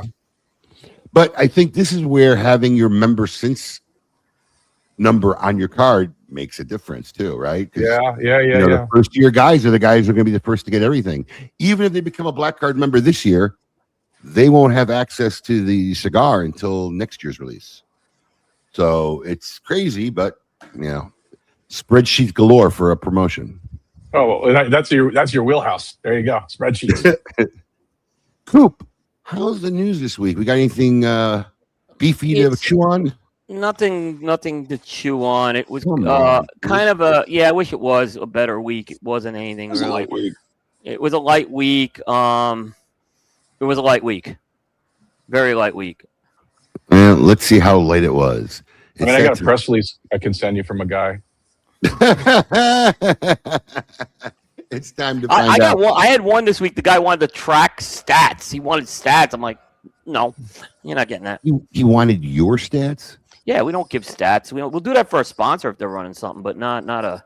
Oh, he just wanted blindly. Well, maybe he wanted to know whether it was worth advertising on your show or not. Maybe, but we then I have to do it for everybody if I start doing that, and it would be a lot of work. So that's funny. All right, it's time to find out what is going on in the industry this week. Always teaser and rumor free. It's time to find out what's the scoop with Coop. Hey, yo, what's my theme music? The Scoop with Coop. Breaking industry news. Hear it first on KMA Talk Radio and cigar-coop.com. All right, Cooper. All right. It's going to be news light this week, so let's news run it. light. It's this stuff, but it's not like meat on the bone this week. But we'll go, yeah. All right. There's a bunch of stuff that was out at the trade show that we started to see shipped this week. So I have, I believe, 4 items from 2 companies. Let's start off with Tatawahe. They are beginning to ship out one of their new monsters. I think we talked about this on the show. They have the Creature coming out. So the Creature is, there it is. That was actually released in one of the monster samplers in a smaller size, but this is the full-size monster that's coming out. It's called the Creature. It's named from the creature of the Black Lagoon. It's priced at $19.54, which incidentally is the year the Creature That's from the Black Creature. Lagoon The movie came out. Yep, the movie. Yeah, Pete was saying he actually Is this charged more for this. breaking the formula for the monster series? Because haven't they always been around $13? Yeah, he did, and he's tried to keep that at $13, but pretty much I think to do, and he's going to do a $13 monster. The Jason's coming out in the fall. But, so this is not technically the October monster cigar. This is not the October monster cigar. This is the drop monster. This is the drop monster. Yeah. Got it. So there will be also an Old Man and the Sea version of this, which is a Calabria and a Lonsdale coming out later this year, but that's not shipping now. I like that one. Yep. So also, I find it interesting. It's a Lonsdale too. It's not a Lancero. Yeah. Yes. I think the reason was just strictly the blend. I think it was based on the blend, like the blend working better in that size. But yeah, it's normally a Lancero. I find every one of these releases absolutely frustrating, and I never look forward to them. All these little Pete Johnson monster, that releases, all it does is inundate us with PMs, emails, messages, and you're never going to get enough for all the people who reach out to you. And as a retailer, that's never a position you like to be in. He says there's 7,000 boxes of this one. Which one? The Creature? The Creature, yeah. That's okay. A bad run. That's not small. Here's my thing. When the company tells me, well, we're not sure what we're able to send you, and I can't just give them an order for what I want, that's always going to be problematic. Yeah, because this is what they call an allocated release. Yeah, so that means they just send me what they send me, and that's all I get. And it's never those numbers never align when that happens. What we get is never close to what we really need. And that's just to accommodate our regulars. I'm not even talking about the cherry pickers that don't buy from you and never deal with you, and the guys who just call you because they want to hoard or get as many as they can from any retailer across the country. I'm just talking about our regular guys who support us all year long. We won't get enough for. Yep. So that's how that goes. But people love the cigar, and rightfully so. So, you know, just as a retailer, you don't like that feeling of not being able to make everybody happy, because that's what we do. That's what we're supposed to do. Yep. Yeah. All right, Coop, what else you got? There's a trio of Espinosa cigars that are hitting the shelves right now. They hit it. They hit it already. You already haven't spoken. I saw you. So these already hit. Yeah. So the first there's the two Guy Fieri releases that were at the trade show. Avant Garde, which is described kind of as a dial back knuckle sandwich. So it's kind of going to be like I said, mild. I don't want to say milder, but more dialed back is what they're doing with that, as opposed to more of the spicy, bolder ones they're doing. So that one is that is a limited release, I believe, as well. So that's like I said, it's already hitting the stores right now. I have not smoked that one yet. That's one of the ones I haven't smoked. And the other one that's coming out is the Knuckle Sandwich Chef Special, which is that's an annual release that they do once a year, and they shift up the blend and the size with that one every year. So this one is the Knuckle Sandwich Chef Special 2026. It's oval press 6x54 with a Brazilian Matatina wrapper. So that one is, and that's the 5th year I think they've done a chef special. So that's a pretty popular one. It really has become a popular release. People really look forward and chase down that cigar every year. Yep, it's a good cigar. Very good cigar. And speaking of good cigars, the second 601 La Bamba Warhead Independence Day, which they launched last year, they have another one this year they're coming out with for the 250th anniversary. And I'll say that blend may be one of the best. This Independence Day blend on the war. Excuse me, one of the best blends I've had is that one. So you got that straight from the Coop's mouth. Yeah. Okay. The first year one's going to be very, very high on the end of year list. I will tell you that, because it's going to. And this one was equally. I smoked this one and it was excellent as well. So I was pretty excited about this one as well. So America 250 stuff is starting to hit the stores. That's what we would say. Speaking of America 250, Casa Carrillo is releasing their Pledge of Allegiance. So that's the 4th year they're doing it. This one is the Toro that's coming out. That's starting to ship this week, I believe, as well. And there's going to be a second release in a size called Rockets, which is a Salomon. And what I saw at the trade show, that's the Rocket size. That's coming out later this year. You see there's 2 blends we saw at the trade show, a dark and a light. But that's not the one that shipped this week. It's the Toro, and it's a completely different blend for the Toro, is what I've been told. As a retailer, I completely despise these type of boxes. I understand that. Actually, I'm okay with 2 from a reviewer standpoint, but anything more than 2, it's hard to review those cigars. Let me ask something. What makes it okay for you for 2? I'm just curious. Because if I buy a box, right, when it comes to Cigar of the Year, I can still have extra cigars to review. If there's 12 different blends in there, that means I have to buy the boxes multiple times. And at that point, we've said after 2, it's not eligible at that point. But Coop, here's the problem. I mean, from a retailer standpoint, the problem is what do you do when one half of the box sells and the other half doesn't? I hear you. But then the other thing is from everyone's doing it too. Everyone does it. There's more than that too, though. There's more than that too, even just from the retailer side. One, this box is massive, so like to go on a shelf, like really not. And also, I can look at this box and I know that this box will also not stay open on a slanted shelf. That fucking heavy ass lid full. And there's only I can look at it and tell. There's only 250. This is literally like have to put it in the vintage room because it can't put it anywhere else. Or by the register. That's gonna be very by the register on the counter, and then you deal with the problem of I got two different cigars too, and everybody likes. Listen, I'm going to tell you something too. I'm going to tell you something too. There are percentages of consumers that will see something like that and say, I don't like light wrap cigars. I'm not getting a box of that. If I could have got 100%, 100%.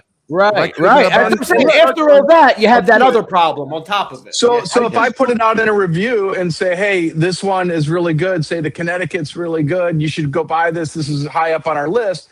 The guy goes to buy it. He's like, well, I can't buy a box of just Connecticut. So now he's going to go try and find somebody selling 5-packs of it. And yeah. Right. It factors into our buying rating too. Yeah. How you recommend a buy for that. Just as a manufacturer, right? If I try to put my manufacturing hat on, right, maybe Fred as a manufacturer could give me insight. But if I try to put my manufacturing hat on, right?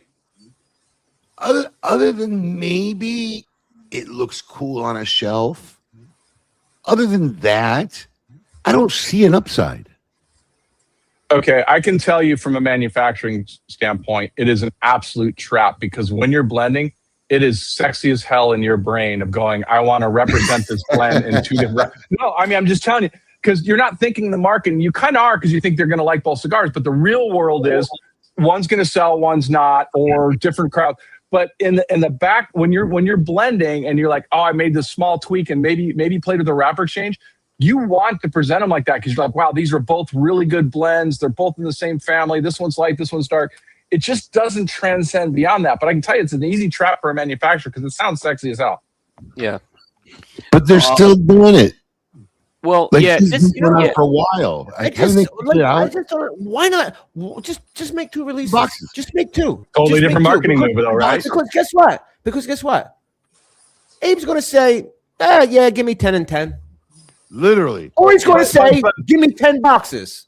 Okay, but just make 2. Listen, Padron makes 2 cigars. They make a fucking Maduro and a natural and a couple of names and numbers in between them. Padron makes 2 cigars, a Maduro and a natural. People will fucking buy them. But this is a one-off scenario, and it's what's more sexy? If Coop had a photo of 2 different boxes, it's even better. Or one photo. No, I don't want that. Nobody wants a box. Pretty.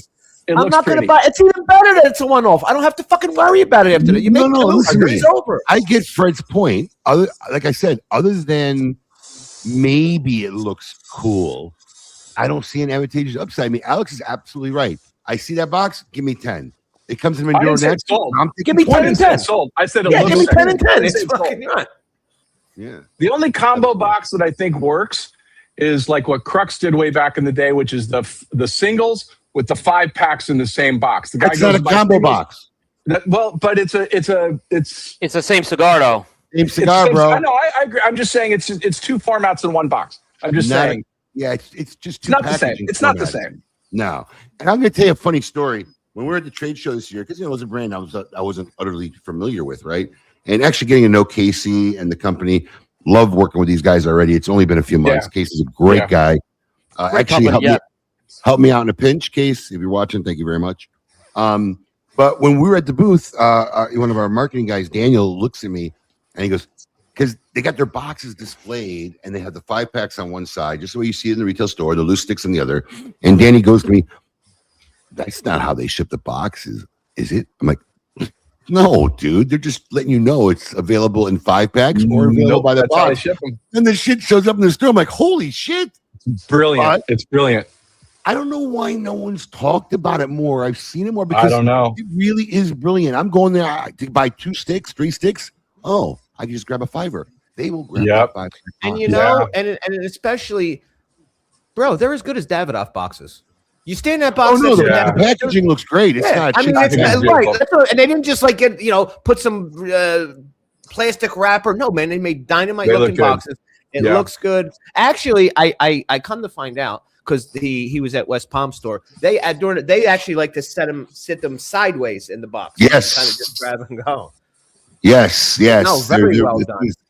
And let me just tell you something. Why what you said doesn't relate, Fred, is because if all the single side sells, it's just very easy to take a 5-pack or 2, open them up, and fill the single side. Agreed. No. Right? It's not. I'm just saying it's not a problem causing situation. It's not. It's not because it's the same cigar. No, but I never understood because Crux came with that idea a long time ago, and I forgive me if someone maybe have done that in the past. I just don't remember. But I never seen it. If I was still making a cigar and I saw that, I would absolutely steal that idea because I think it's brilliant, and I don't know why more manufacturers haven't. They probably don't know. If there's one thing I've learned in this industry is most, and when I say most manufacturers run their business day to day with complete blinders on. They are very unaware and very unconscious of what any other manufacturer is doing. No clue. Yeah. I don't know if you've ever heard that, but like I'll be talking to manufacturers, hey, when this company did this, like they did what? I'm like, oh. Yeah. I agree with that. I get that all the time. They have no idea what somebody else is doing. Yeah. Unless they read it on if they have a marketing department, I would think those guys are in tune with it. Maybe. They should be. For the bigger guys, probably, maybe a professional marketing team or, is watching because that's how you figure, get some ideas and look at stuff. But the guys who don't have like a dedicated group of people and they're just running their businesses, be shocked. Yeah. What else you got, Coop? Just one point, because I got to ask this DM. That second release is not shipping yet. It's the first one that's shipping, which is just the Toro. So, and the Toro doesn't have the two blends. Okay. So I just want to. Yep. Oh, okay. Yep. Last thing. This week, Arturo Fuente Cigar Club, located in Santo Domingo, celebrated its 30th anniversary. And that was really one of the that club in Santo Domingo really changed the whole cigar landscape of making, I think, the DR into a cigar kind of experience. Like, they didn't have these types of lounges there. And you're going back 30 years ago. I've been to the one in Santiago. Fred, you've been to that one as well, right? Yeah, we were there together. Yeah, and so there's that one in Santiago. It's a great experience. That Santiago needed that. It needed a nice lounge with food and a bar and right in the heart of the city. And boy, if you are wanting Fuente product, it goes to these lounges. There's plenty of Fuente product in these lounges. So so they were celebrating 30 years this year. So that's I think it's a big milestone. That long. That's a long time. Yeah, I wouldn't have guessed that. I'm guessing. Wow. I have no inside knowledge on this, but I'm guessing we're going to see more of these types of lounges now. I mean, they're nice. They're nice. I'd love to see one. Ybor City would be nice to have one like that. I mean, Tampa, Miami. Tampa. Obviously, I think you'd see one. Well, Miami's got what, that X Lounge now, right? Yeah. I met those guys. I met those guys at the Titans event. They're really nice guys. Very excited about this lounge too. Very interesting. Awesome guys. Yeah. Yeah. Yep. And that's news for this week. Like I said, not really meaty. Nothing. Well, we only had one story that got a little traction, but Well, I did on my revisiting El Septimo after 7 years. The article. Nice job on that article, by the way.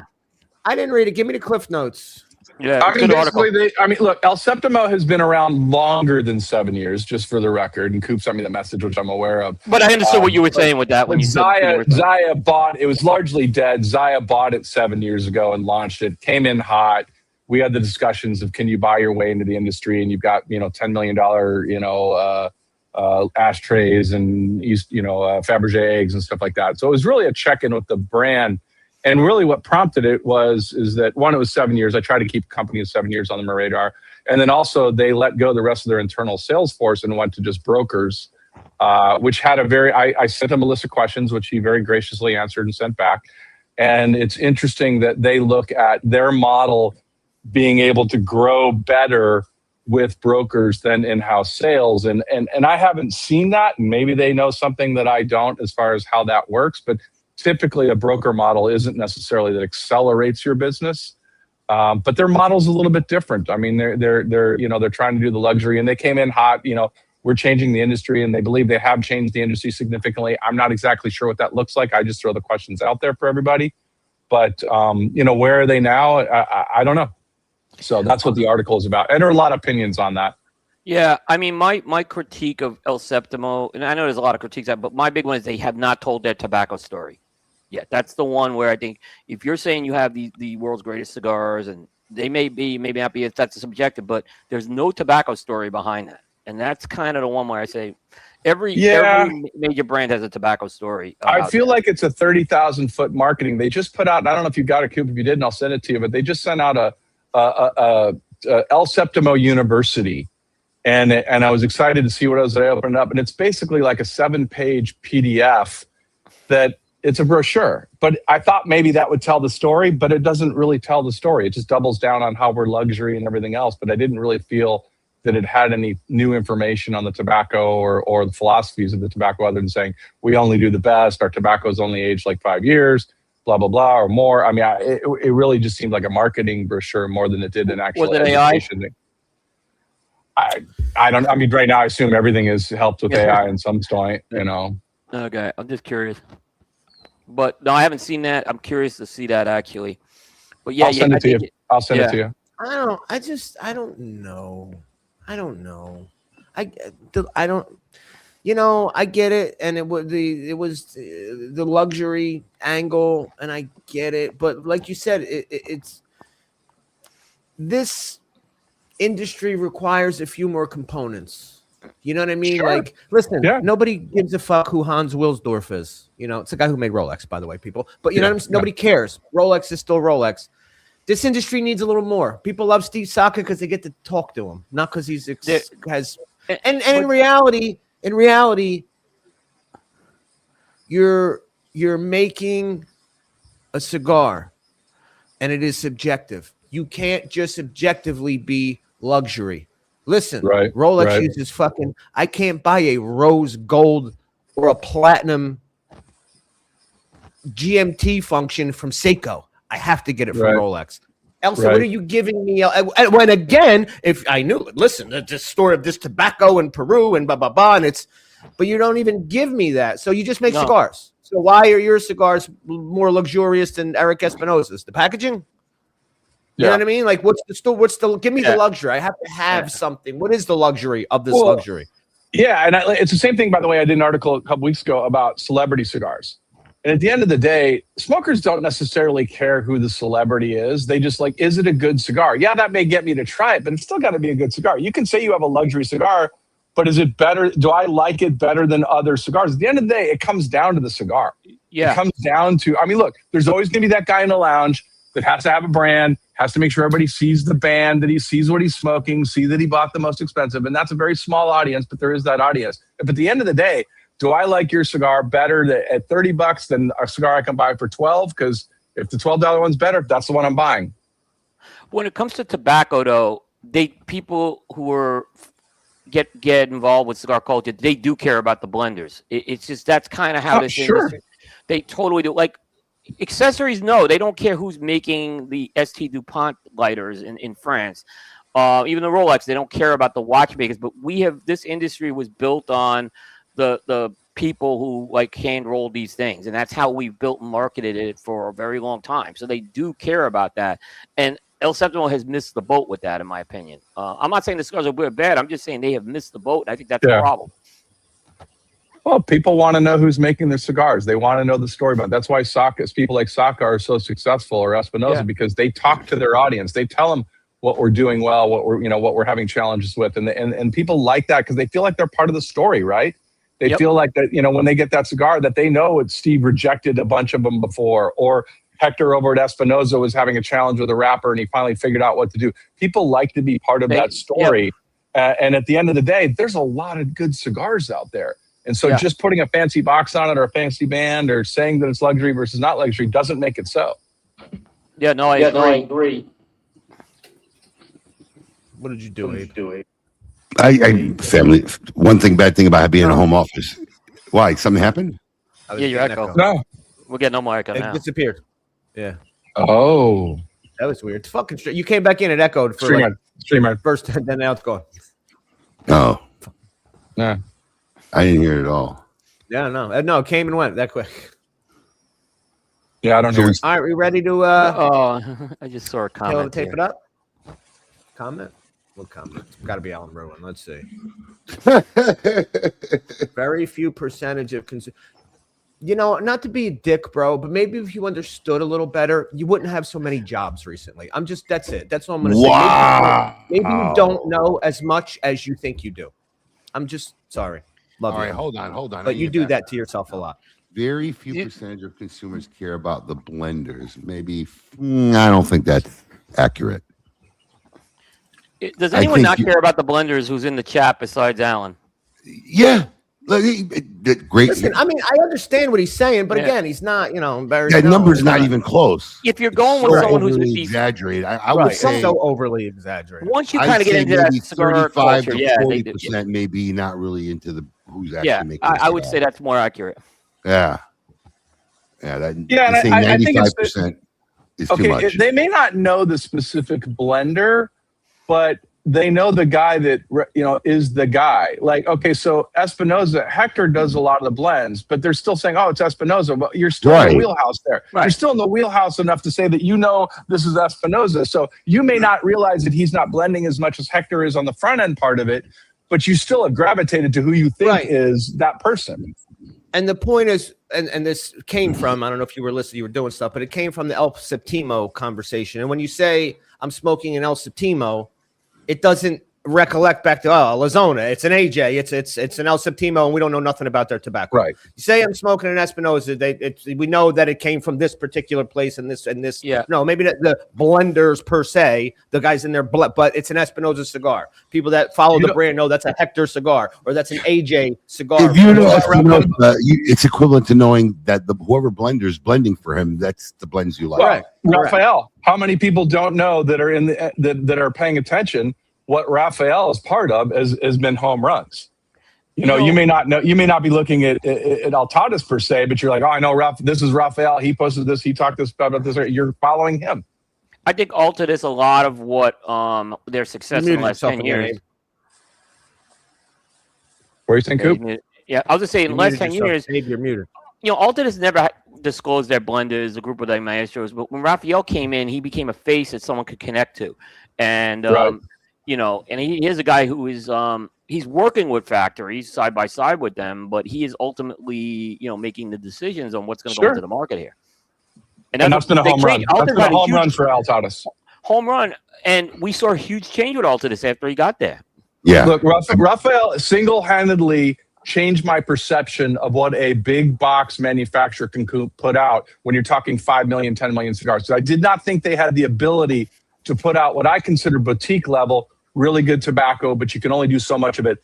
I didn't think that they could do that in large scale. And Raphael has changed my opinion just on what he's done since he's been in Altadas. Do you think that's due to the uptick and more use of AJ Fernandez? Yes, I think that's a huge part of it. I think that's a significant part. I think it's also the mentality Raphael brings to the table by being a boutique blender before that and knowing where to go for that tobacco. Romeo 150 is a great example of something that wasn't AJ, and that was still able. That was a very successful line for them last year. And Fred, you and I were down at Tobacco de Garcia, and one thing that I took is Raphael knows his way around that factory pretty well. I mean, it's very clear. Yeah. So, and the changes they were making to adapt to a boutique, I say it a boutique mentality, but an idea of, look, we're not going to mass produce and cut these corners that boutiques know to maintain consistency and everything else. And I think he brought that. Now going in AJ was great because that's a shop that already knew it, understood that mentality, and could put out a lot of cigars. And it was a good home run for both of them. And they needed a Nicaraguan arm with AJ and Plasencia too. And Nicaraguan tobacco is really hot, So again, they kind of rather than build a factory in Nicaragua, they went to two factories that know what they're doing. Yeah. Coop, anything else going on in the news this week? That's it. All right. For more information and to stay up to date, always teaser and rumor free, please visit our friend's site at cigar-coop.com. That being said, is this week 2 of Tail of the Tape? Yeah, pick number 2. Wait, is there a new theme now? No, we were actually thinking about that, guys. I meant to message you guys this week on that. That's right. This one went pretty quick. Why'd you look so sad when I said that, Alex? What? I'm like, is it week 2? You're like, yeah, it's week 2. It's pick 2, not week 2. It's week 8. All right, number 2. Sorry, it's our second. Oh, that's number 2. Coop said. But just to do what Coop said, we got to start thinking about it again already. Too. This one went quick. We were pretty consistent on this one. Let's stay on this show. Usually these things take 3-4 months to go. No, it takes a while for us to get it and then get everything done. It takes a while. It takes several weeks. Getting our list, getting the graphics and everything. Yeah. All right. Well, let's find out what lands in our number 2 position this week on Tail of the Tape.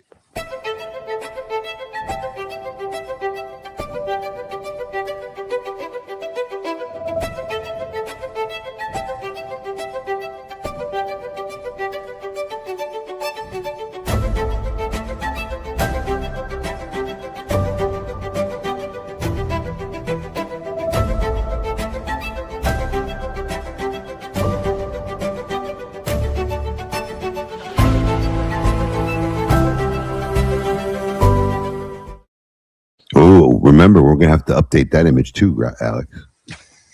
Update what image? That tail of the tape, that final screenshot of the three of us. Why? Because you have somebody else. Because we're going to have a new edition. Yes. Oh yeah. Oh, it's a whole new thing. That's fine. I thought you meant like have to fix this one. Yeah. No, on the new but one. we usually forget shit like that. We're like 3 weeks. No, I know. But I thought you were talking about this. I thought something was. No. Yeah, on the new one. All right, listen. I'll start it off. Number 2 pick. My pick this week is the pick that 80% of the picks that we picked require, and that is the internet. Most of our list don't happen without the internet, or is internet even the right term? The World Wide Web? What is the correct term? Internet, Web, whatever. Internet, whatever. You get what I'm saying. This is the thing that 80% of the things that we talk about and use every day require. There were some that do not require the internet. A couple Keurigs, batteries, Super Stoker for sure doesn't require the internet, but yeah, it would have been hard to put many things above the internet again because like the smartphone isn't a smartphone without the internet, so had to put it above the rest of those things. Number 2, the internet for me. We kind of predicted this when we were going on. That probably as we get higher up, we're going to overlap. My number 2 pick is the World Wide Web, the internet. Same thing. Number 2 right, pick. And actually, the precursor, which was ARPANET, crashed the system after just 2 letters. They typed in L and O of login, and it crashed the system right away. And I don't know if you know this, but the internet was originally designed to survive nuclear attack, which is why they decentralized it. And email, I don't know if people even remember this, but email predates the World Wide Web by decades. Yep. I mean, I could tell you with IBM and stuff, we didn't have an internet when we had it. Who remembers that first, because I wonder how, I know my kids have never heard the all that sound. Or listen, just the fact that you can't use the phone while you were on the internet. Remember that? Right. Yeah. Fucking crazy. Yeah. What are you doing? Oh yeah, forgot about that. I got 6 hours to download this one song. Right. So true, man. So true. Coop, what's your number 2? So I don't have internet on mine because I went with like tangible product, and that's Wait, you don't have internet on your list? You don't have internet? It had to be a physical product. Physical product. I went with physical product, but I agree with everything you guys said, by the way. And it would have been, like I said, that would have been equally as high. But I have smartphone as number 2. I mean, I look at how the phone has changed, right? From just calling someone voice to everything else now a phone is, which is it's your payment system. It's you got text messaging, video, all that stuff now. You can do, and I was surprised, AB. I thought you'd have phone number 1 actually, just because I know you are a big smartphone guy. Even to the point now. I mean, we sign legal documents on our phones now. Yeah, I just did that this week. Actually, you're right. Yeah. So you thought I would have it number 1? I thought you would have that number 1. I was surprised there was 3. The problem with me is number 2 and my number 1 was necessary for the phone. I wonder if me and you have the same number 1. I wonder if you and me have the same number 1. That's why the phone wasn't number 1, because it wouldn't have happened without the internet and my number 1. My number 1 has a specific thing that made it number 1 physically, though. Yeah. And Gary, did you not hear me say this? I was ready for the nerd in you to come out. That AirPonet was the precursor. We used to, at IBM, when I started. I didn't do it.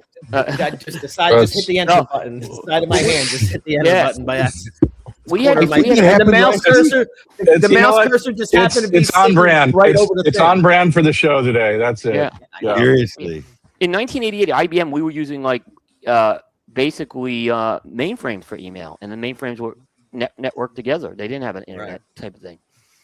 I'm going out with an honorable mention because I've been I think I've done 3 of these. Won't be in your next week. This is an honorable mention because it's not an object, but I'm going 1983, which puts it in Alex's generation. 1983, Hot Pockets. Because if you didn't have Hot Pockets, half that shit wouldn't have been invented by all the techies at 2:35 in the morning creating these things. Hot Pockets gets an honorable mention. Great pick. Fucking Hot Pockets. Hot Pockets. Hot Pockets are only second to Bagel Bites. You know. Pizza rolls is there, but that goes. Did back any of even us have farther. the microwave on there? Okay, hold on. I think we just found our new topic for season 14. I'm ready. I got them. Like the best, like whatever the category that would be in Bagel Bites, Hot Pockets, pizza bites, like cooked snacks, corn dogs. Yeah. In the frozen section. Midnight frozen snack. section. I like this. I like that. Frozen snacks. Foods. Frozen snack foods. There you go. My work is done here. I like that. I'm in. I'm signed up for that. Yeah, I think When we say frozen snacks, we're not talking like ice cream sandwiches. No. Something you have to heat up and cook. Well, I mean that's a frozen snack. Would ramen noodles come into that? No, ramens aren't frozen. Well, it does come in the freezer section, but I don't consider ramen a snack. Wait, ramen comes in the freezer section? Fred, we order it. What do you mean? I was thinking of the dried packs. Yeah, you're right. Yeah, we order it. You're right. It's all frozen ramen. You're right. So we're saying frozen item. Frozen items. Frozen items foods. are snacks. Frozen foods. Meals. Yeah, I frozen like snack foods. Frozen snack foods. Yeah. What do you consider a snack food? I think we got All right. That being said, we've run the gamut of today's episode. Fred, thank you for joining us as always. Thank you. Thanks, Fred. Get more of Fred's witty writing and humor over at Cigar Press Magazine. Cigarpress.com. There you go. Just Beat me fucking to it. think. Cigarpress.com. Gentlemen, happy Father's Day to each and every one of you. Yeah. Yeah, Right? you too. Yeah. Happy Father's Day to all our fans out there. All right. What we do as fathers will never fully be appreciated. So here's to me saying thank you for everybody. Until next week, everybody, keep it lit. Yeah, I wasn't.